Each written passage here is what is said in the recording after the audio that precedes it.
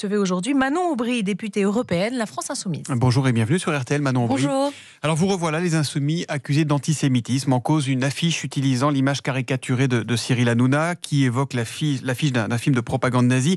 Est-ce que vous êtes à l'aise avec ça, Manon Aubry ?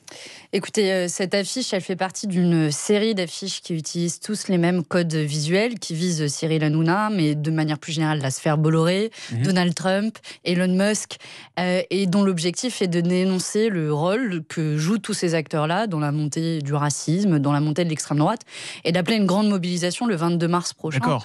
Précisément, reprise des mais codes je pense que c'est important d'expliquer dans quel cadre. Et Cyril Hanouna n'était pas visé spécifiquement en fonction de sa religion, il était visé pour la sphère médiatique qu'il véhicule avec lui, et dont je pense que vous n'êtes pas l'étonnant ici de la sphère Bolloré. Pas du tout, mais pour autant, moi d'abord à la fois je considérais jamais quelqu'un en fonction de sa religion, mais surtout j'ai bien vu que certains cherchaient à détourner cette affiche en faisant le parallèle avec les immondes affiches des années 30. C'était absolument pas l'intention. Le CRIF, pas besoin de beaucoup. Le CRIF, pas besoin de beaucoup connaître l'histoire pour savoir que cette iconographie est typiquement antisémite. La LICRA, qui n'est pas à proprement parler une officine d'extrême droite, LFI recycle l'iconographie anti-juive.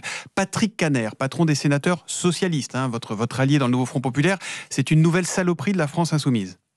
Écoutez, je viens de vous le dire que c'était absolument pas l'intention, c'était pas l'objectif, et c'est la raison d'ailleurs pour laquelle cette affiche a été très rapidement retirée.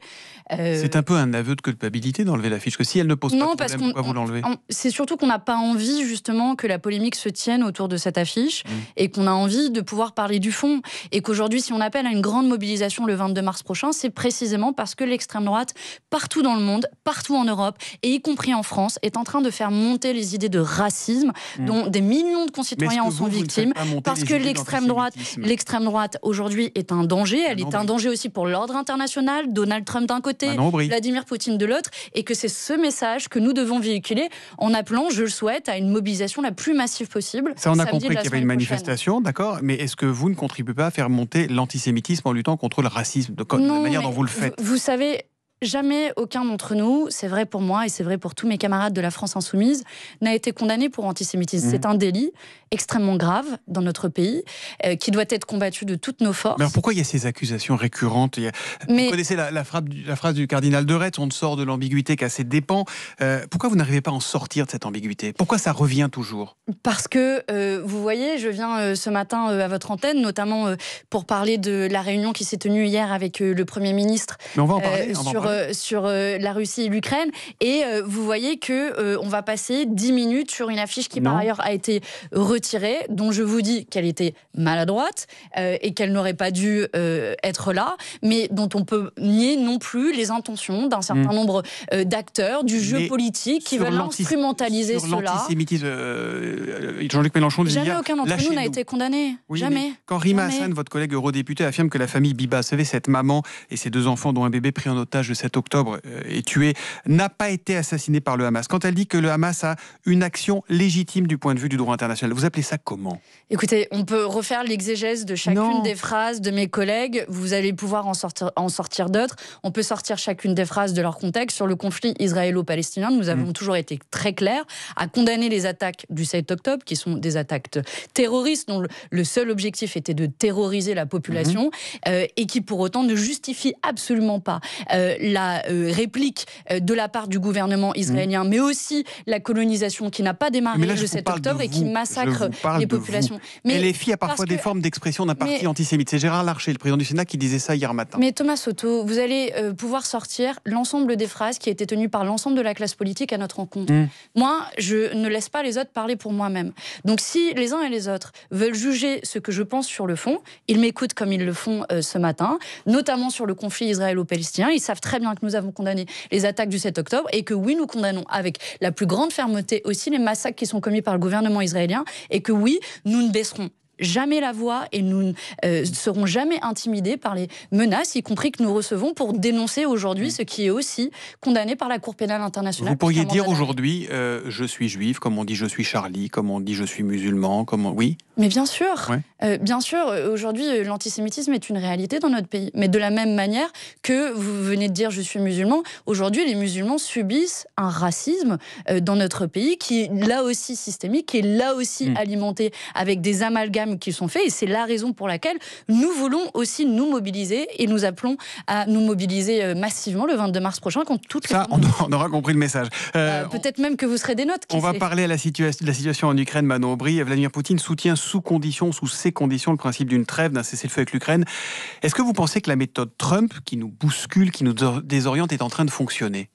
En tout cas, ce qui illustre la méthode de Trump, c'est que l'Union européenne et la France sont en train de sortir de l'histoire, puisque c'est l'Union européenne qui est quelque sorte mise au banc d'une guerre qui se déroule sur notre continent et que nous sommes réduits au rôle de spectateurs, de commentateurs, faute de pouvoir être acteurs. Et je le regrette, puisque si Trump, demain, organise les conditions de la paix, il l'organise à ses conditions à lui, pas aux conditions de l'Union européenne. Je regrette que la France n'ait pas pris d'initiative diplomatique ces 3 dernières années et qu'on se retrouve aujourd'hui... Vous n'avez pas beaucoup poussé, vous, pour aider les Ukrainiens. Anne Hidalgo disait hier matin, attendez. Les Insoumis n'ont jamais soutenu l'Ukraine, ils ont toujours été pro-Poutine. Le 12 mars 2024, non mais je vous donne les éléments. Vous avez une petite tendance à prendre tous ceux qui nous attaquent politiquement pour dire mais non, regardez, je vous êtes du mauvais côté de l'histoire. C'est normal, nos adversaires politiques nous attaquent. Je n'ai pas à juger si vous êtes du bon ou du mauvais côté de l'histoire. J'essaye de sortir de votre... Posez-moi les questions sur mes positions, et chacun fin pourra... septembre 2024, Parlement européen, résolution sur le vote sur la poursuite du soutien financier et militaire à l'Ukraine. Vous êtes abstenu, on est d'accord ?